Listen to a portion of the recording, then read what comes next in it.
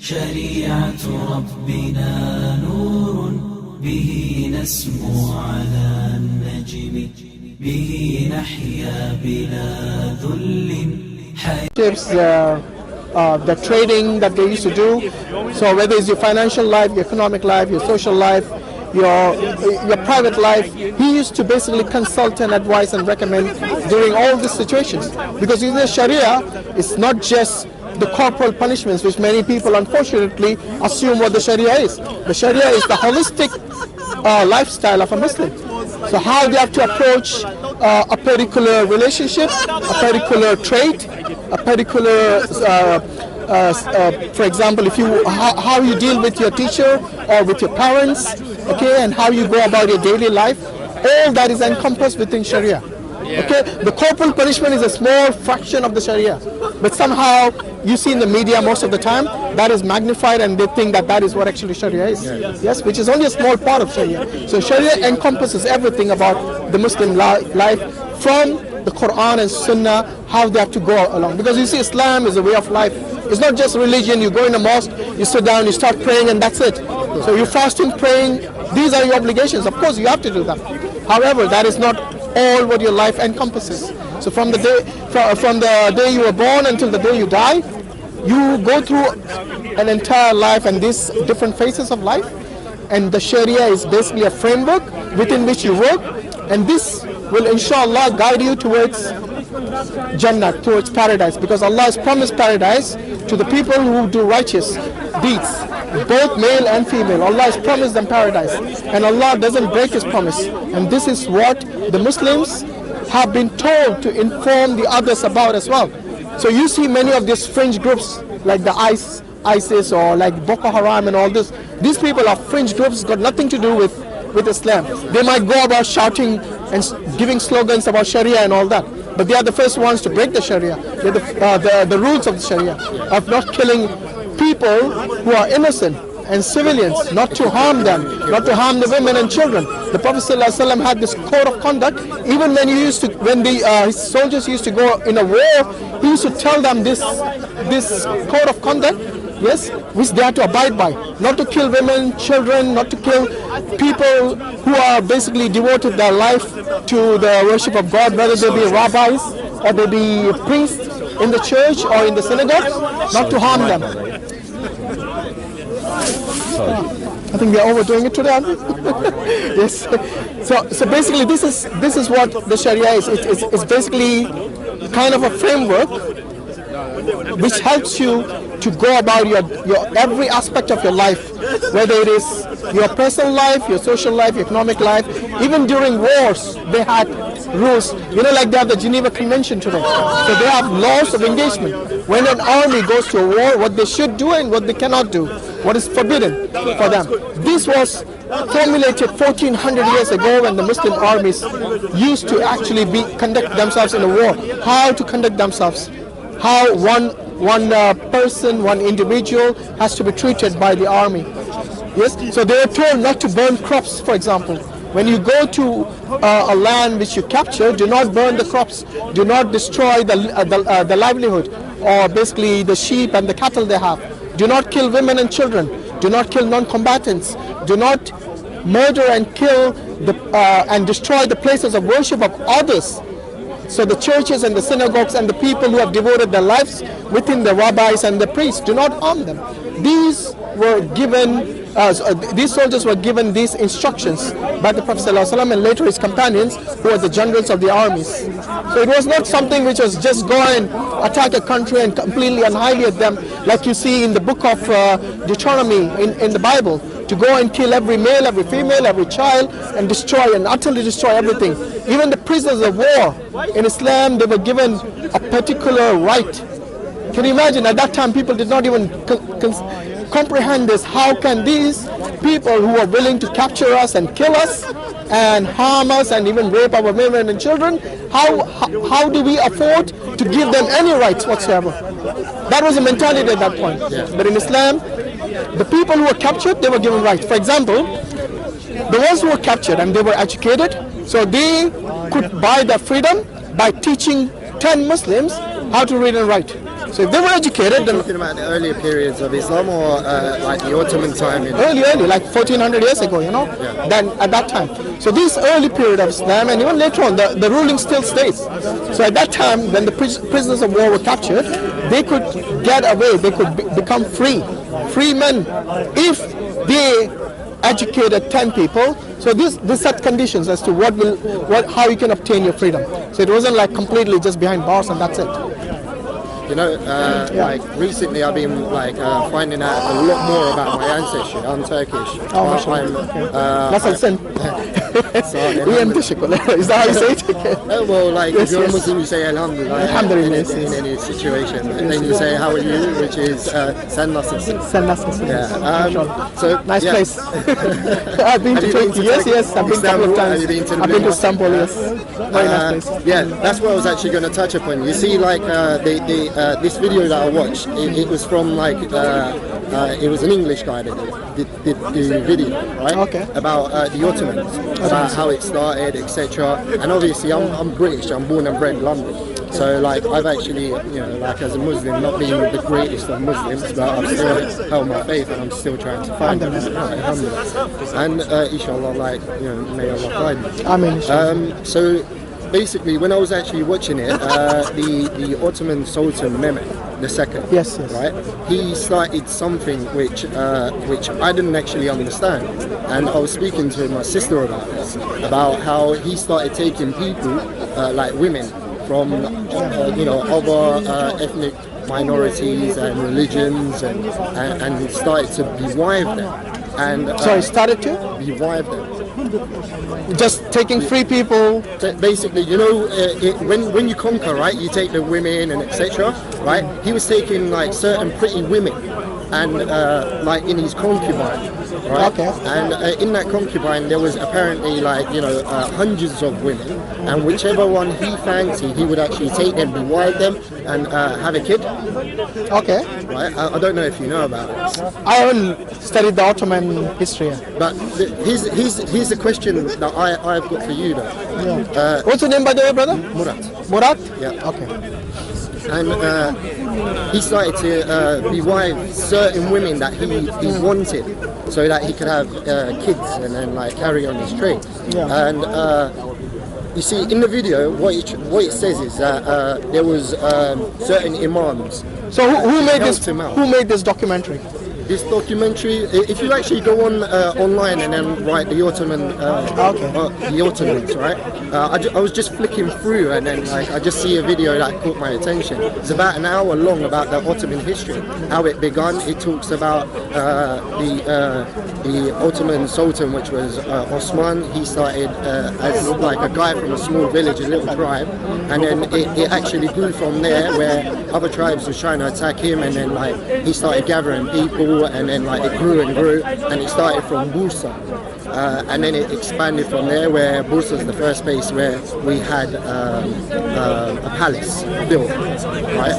And you know, it just grew from there, and then like they started taking other people on board, but he was doing it for justice, like, you know, for righteousness, to be able to live in harmony. So he started taking everyone on board. And then it got to a period where, you know, it was very, very big, as you know, like the Ottoman Empire, Yes. right? And then he started to bewive these people. But the way that he mentioned, the guy that was explaining about the Ottomans, the way that he mentioned it, he said that, you know, like there were certain imams that actually joined him, and then he started a concubine, where he was taking women on board and, you know, like bewiving them and then like making children. Now, I wanted to see what you thought about. Well, I don't know. Because To be honest, I don't know. is there such a thing like that? Like Having harems and all, I don't think so. This like is not. harem, This, yeah, this, like he had a this is harem. not something that is Islamic. To have a harem, you know, you see this in Hollywood movies and all. Like you see this very rich sultans having a harem full of concubines and females and all that. Look, this is not I'm trying something. to understand the perspective that he's coming from, starting something like that, but Yeah. being. I don't think I know any of the righteous caliphs who had a harem of women, where they used to have lots of women and they used to like enjoy them. And all. This is something which came later on. So even if they did it, this is not something that Islam is a teaching from the Sharia or recommended by Islam as such. Obviously, there are Muslims who have done this in the past, and this is, like I said, this is their own pleasures, their own whatever desires they had. This is entirely up to them. I mean, it's nothing to do, not the teaching of Islam. But in Islam, unlike the other, But he was the head of an Islamic empire. doesn't mean anything. You see, if he's a head of Islamic empire, it doesn't mean that he's someone who's a role model to us. Yes, for example, today you have people like the ISIS, and they claim that this territory of the Levant is going to become our territory, and I'm going to become the caliph of this particular nation, which they call the Islamic State. Yes, just because they have self-imposed themselves on this particular land and call themselves a caliph, doesn't mean that they are accepted by the Muslims. They might coerce some people and force them to accept them as a caliph, but this is not what majority of the Muslims accept. Most of the Muslims would say this has nothing to do with Islam. If they go and carry these killings, and if you look at most of the victims are Muslims. For me, I find it preposterous. It is, yes, it is. Preposterous. It is, because if you go about just killing people and collecting women as part of your harem, yes, Yeah. this is completely something which is not what Islam has ever advocated. So you see, in the past you had other nations which are not Islamic and which did basically en masse collect slaves, for example. So if you look places like if you look in the Bible, for example, where they had, for example, if you look at Numbers 31, you have Moses who killed every male, every female, every child of the Midianites, and he enslaved something like 31,000 females that were virgin. So little girls who were virgin, and most people who actually look at this and look at the history, they say that this was done as sex slavery. So you see, this is something you find in the Bible, for example. But in the Quran, it doesn't say go and collect some virgin girl somewhere. No, it doesn't say to kill women and children. But those who fight you, you fight them. But even those people who have fought you and then they stop. Yes, Allah says in the Quran, so if you read Surah chapter 60, verse 8, 9, I believe, you'll see that Allah tells them to escort them to a place of safety. So even those people who are fighting you, but now that they have stopped, do not go beyond the limits, Allah says. Do not basically commit a crime, which they call today, this is a crime, a war crime, to go and kill rampant, kill unnecessarily people, even if they are soldiers. But once they've given up, once they've said we want to now stop the war, we want to basically have peace with you, then escort them to a place of safety. Allah says this in the Quran. And these are people who wanted to kill you. These are the people who wage war with you. So if the treatment for people who wanted to kill you is such, can you imagine the treatment for women and children who are innocent? Now you see, this is it's a topic which I think today for you to understand, you actually have to look at the history books. Because what many people do is they look at the standard today in the 21st century, and then they try to judge the time period 1,000, 2,000 years from today. Yes, you have to look at everything in context. Because at that time they did not have, like the United Nations, where the boundaries were set and you cannot basically go and invade another country. At that time it was basically might is right. So whoever was the strongest army, they would take the flag and hoist it in another country and it would become theirs. And this was not something that only the Muslims did. You see, I've been told many times from different people, right, that are Muslims, that everything that we do is already written. Oh, you're talking about the Qadr? Right. Yes. And if it's written, and we're going to be doing sins, i.e., right, how are we going to be judged upon something that's already written? No, written doesn't mean Allah has imposed it on you. Written means a pre-knowledge. So, for example, if I asked you, if you asked your child, okay, what is your favorite toy? Okay. Yes? And he's going to tell you his favorite toy. But before he told you what was his favorite toy, you might already somehow assume that he was going to say this, because you know him. Right. Yes, you see what I mean? That doesn't mean you imposed that gift on him, did you? You did not somehow telepathically tell him to, okay, make sure you tell him, I don't know, whatever the famous toy now is. I don't know what it is. Might be some I've got a little some nephew, transformer or something like 33 that. years old, and like I bought him a car set. He likes cars. Yes, exactly. Yeah. But So the other one, like he doesn't like anything at the moment. yes. He's another Yeah. 2-year-old. So yeah, cars is a good. So for example, if your child likes Lamborghinis or something like that, and you buy him a Lamborghini before he tells you, okay, then does it mean that you're imposing this toy on him? No, it's not. It's because you, being his dad, already know what his likes and dislikes are. But you see now you replace yourself, or basically substitute what you as a dad did for your son, substitute that with Allah doing it for his creation. So if Allah knows the future, because you see Allah transcends both time and space. So you know, we think in terms of future and past. Allah doesn't think. Allah is beyond time and space like the way we understand it. So we cannot say that Allah is already written for you to do a sin and you're going to do it. Allah knows you're going to do a sin, or Allah knows that you're going to do some good deed. It doesn't mean Allah forced you to do that thing. You see what I mean? So There's a difference between between. choice. Of course, you got a free will. At the end of the day, did anyone tell you to come to Speaker's Corner and talk to me? No, you came with your own free choice. Yes? And this is the free choice which everyone has, regardless of whether you believe in God or you're an atheist or an agnostic. You have this free choice. But he already knows what I'm going to do, right? Pre-knowledge is not the same as Allah actualizing what you're doing and forcing it upon you to do a certain thing. For example, did you feel that you were forced to come to this place? No. You didn't. So this is your free will which brought you here today. Yeah, that's correct. But Allah knew you were going to come here today. You see what I mean? Right. And Allah had written this long before you were even born. Long before this universe was created.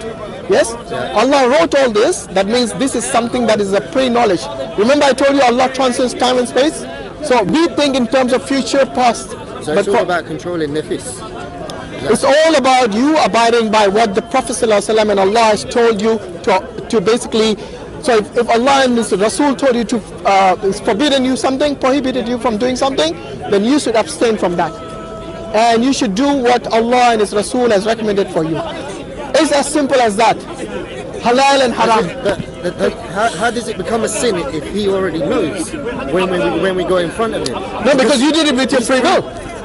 Whatever sin or good deed you did with your free will. How is it in free will if it's already written? Just like I told you. Just because Allah has written something thousands and millions of years ago, yes, doesn't mean Allah forced you to do it. It's something. I can't like communicate the two logic together. Why? I mean, like you're saying it's free will. If it's free will and it's already written, that's not free will, is it? Just like it's I told predetermined. No. Predetermined and pre-knowledge. You need to basically see the difference between what you, for example, the way you came to this park, right, and the fact that Allah has written already that you'll come to the park.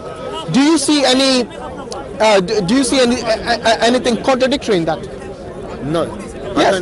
I don't in that explanation. But So how would you, if you can reconcile this scenario quite easily, then why can't you reconcile the rest of it in the same manner?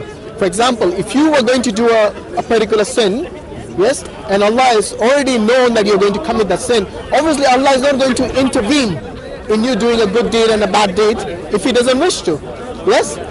So if you are going to do something, no one is going to force you to do that. And if you're going to do something good, do good, no one is going to force you to stop you from doing that good. You are going to do it based on your own free will, and Allah will test you on the day of judgment based on this free will of yours. Did I not give you? Even though it's written, what you're telling me is that it's written in like that. Obviously, because with my knowledge, with my capabilities, with knowing right from wrong, Yes. right, I could actually commit the sin, or I can't commit the sin. So that's two parts, right? Yeah. And you have to make the choice. I have to make the choice. Absolutely. But it's already written which way I'm going to go, right? Yes. So if it's already written which way I'm going to go, how does that still become a sin? Because obviously I'm making the judgment. But you don't know I'm that. making the judgment, but it's already written. No, listen. So if I'm actually going in that path, Yeah. Allah Ta'ala, yeah, if He already knows I mean, like, how does that become a sin? Because he already knows that it's going to become a sin. How can I be... Just because he knows it, for example, I'll give you another example. Take the example of a teacher and a student. Yes? Right. The teacher is teaching these students for the whole year. Yes? Okay. When the exam approaches, the teacher knows which students are going to fail and which students are definitely going to pass, based on the hard He work. assesses them beforehand, right? No, hear me out. Hear me out. Pre-assessment? Hear me out. This teacher is only predicting who's going to fail and who's going to pass. Yes? Right. But that prediction is made on what? On the experience of the teacher for the whole year. She or he has been teaching those students. Yes? When the exam comes near and they have completed the exams and the results come, it apparently her prediction was exactly what she predicted before. Yes? That those students who were not working hard, those students who did not work hard during the whole year, they obviously failed because this is what was bound to happen. Now, just because the teacher predicted, let's say the teacher even wrote it down, yes, in her own little diary, that these X, Y, and Z students are going to fail. So these X, Y, and Z students are going to fail. She already wrote it down before they failed. Now, when the actual result came and they failed, would you say that is the teacher's fault? No. Why? The teacher wrote it down, just like God wrote it down. The teacher wrote it down that they are going to fail. Why don't you blame the teacher? The people that she got wrong. That's fine. The people that remember, she's it's not all based on IQ, right? No, It's all based on IQ. Yeah, Murad, you need to understand one thing. For the teacher, you're right. It is possible for her to get things wrong, Yeah. or get it right sometimes and get it wrong other times. But you see, in the case of Allah, the knowledge is absolute. So Allah knows when He knows something, He knows it for certain. So Allah will not make that mistake of probability. Maybe He's going to fail, maybe He's going to pass. Allah knows this. But you see, because Allah has given you free will, just like you as a student, Jazakallah khair, just like you as a student had the opportunity for the whole year to either study and pass or do not study and fail. Yes? The teacher was your guide. The teacher told you what subjects to study in order to pass the exams. But you, because of using your own free will, you decided not to study those subjects. So this now is the scenario like the Prophet ﷺ. He came with a guidance called the Quran. The Quran is a guidance, and he was a guide. With his guidance and with the guidance of Allah subhanahu wa ta'ala in the Quran, yes, if someone decides that no, they don't want to abide by what Allah has recommended for them, and they would do things which Allah has prohibited in the Quran, then it is their free will to decide in this earth. Because we, unlike the angels, you know, the angels do not have a free will like us. So the angels, if they're told to prostrate to Allah from the time they were created until eternity, then they have to do it. They have no choice. So they cannot stand up and say, I'm going to protest against God, yes, and I'm not going to pray the way he does, like the way the jinn, the shaitan did. You see, the shaitan was asked to prostrate to Adam when he was created, but he said, no, I will not prostrate to one who's created from dust. I'm created from fire. So his ego and his takabbur came out, and that is what proved detrimental to him. But a human being like the jinn is given the free will and the ability to choose, either to choose to accept or reject the guidance that is given to him. So you see, that student who was told for the whole year to study, but they did not study, and ultimately they failed, you cannot pin that on the teacher, can you? No, you can't. No. There you go. And the qadr works the same way. Is that clear? Okay. All right. Anyway, I think I have to go and pray Asr because they're doing that Asr. So inshallah, Jazakallah khair for your time. Murad, right? Murad, okay. yeah. Thank you very much for your Thank time. you. You take care, my brother. Assalamu alaikum.